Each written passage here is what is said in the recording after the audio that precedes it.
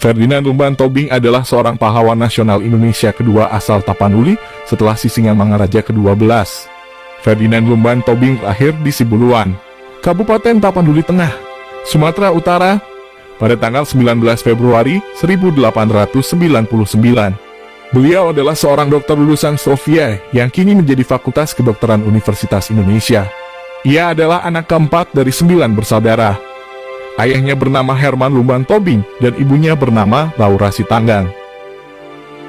Pada usia 5 tahun, F.L. Tobing dibawa oleh ayah angkatnya yang bernama Jonathan Pasana ke Depok dan disekolahkan di sekolah dasar Belanda yang dulu dikenal Europese Grammar School. F.L. Tobing kemudian melanjutkan pendidikannya ke Sofia. Semasa menempuh pendidikan di Sofia, ia bergabung di organisasi Jembatak yang anggotanya merupakan siswa-siswa Sofia yang berasal dari Sumatera Utara. Setelah lulus dari Sofia pada tahun 1924, ia bekerja sebagai dokter bagian penyakit menular di Centrale Burgerlijke Ziekenhuis, yang sekarang kita kenal Rumah Sakit Cipto Mangunkusumo Jakarta.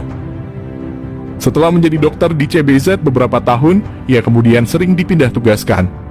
Pada tahun 1931 dia dipindahkan ke Surabaya dan ditugaskan di bagian penyakit dalam. Tahun 1935 dia dipindahkan lagi ke daerah Tapanuli yang merupakan tanah kelahirannya. Di daerah Tapanuli pertama-tama dia ditempatkan di Padang Sidempuan, kemudian dipindahkan ke Sibolga, ibu kota karesidenan Tapanuli. Sebenarnya nama ini sudah tidak asing di telinga kita, apalagi sahabat Storypedia ID yang tinggal di Sumatera Utara, terkhusus buat teman-teman yang ada di Tapanuli Tengah. Sebagai bentuk penghargaan atas jasanya, nama Ferdinand Lumban Tobing pun diabadikan di sebuah rumah sakit umum di Sibolga dan bandar udara di Pinangsori, Kabupaten Tapanuli Tengah. Bahkan, jalanan pun banyak yang dinamai dengan nama beliau. Akan tetapi, apakah kalian tahu bagaimana kisah F.L. Tobing sehingga diangkat menjadi pahlawan Indonesia?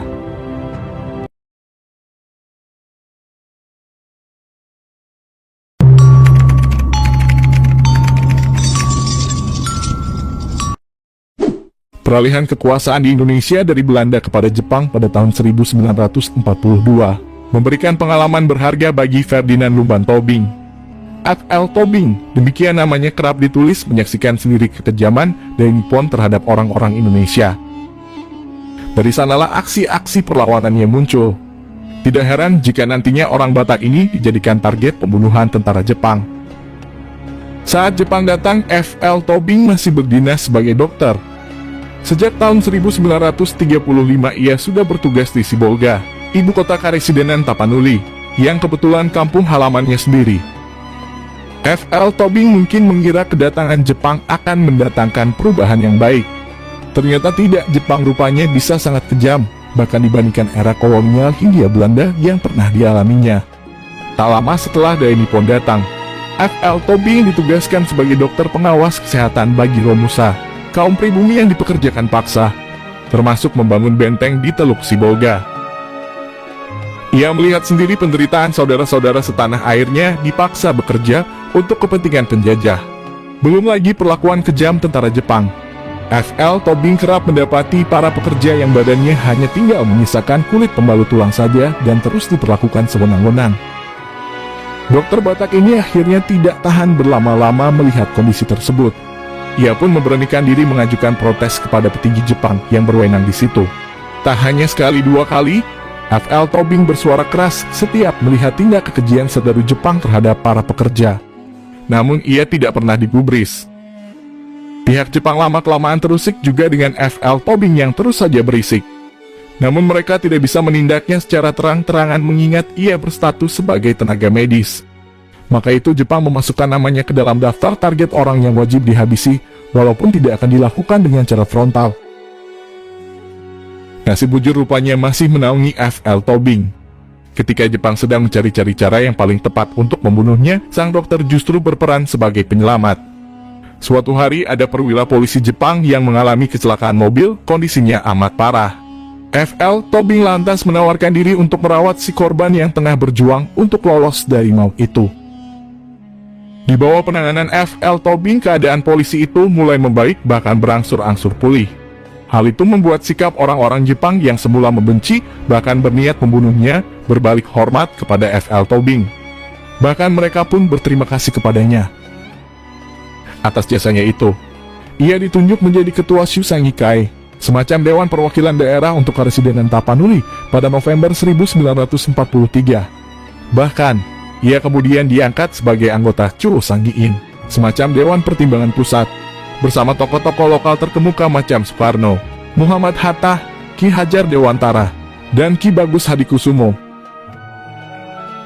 Akhir tahun 1944, ketika sinyal kekalahan Jepang di Perang Asia Timur Raya semakin terlihat seiring menguatnya sekutu, Gun Seikan selaku kepala pemerintahan militer tertinggi Dai Nippon di Indonesia mengundang tokoh-tokoh penting dari kalangan orang Indonesia untuk menghadiri pesta kebun di Bukit Tinggi, Provinsi Sumatera Barat. Acara ini digelar untuk memikat hati para tokoh-tokoh pribumi. Mereka yang diundang adalah orang-orang berpengaruh, baik tokoh masyarakat maupun agama, juga pejabat lokal. F.L. Tobing juga termasuk di dalamnya.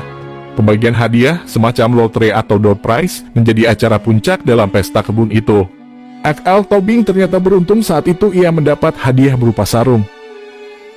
Abdul Malik Karim Amrullah alias Hamka, tokoh Islam yang turut hadir sampai terheran-heran melihat F.L. Tobing.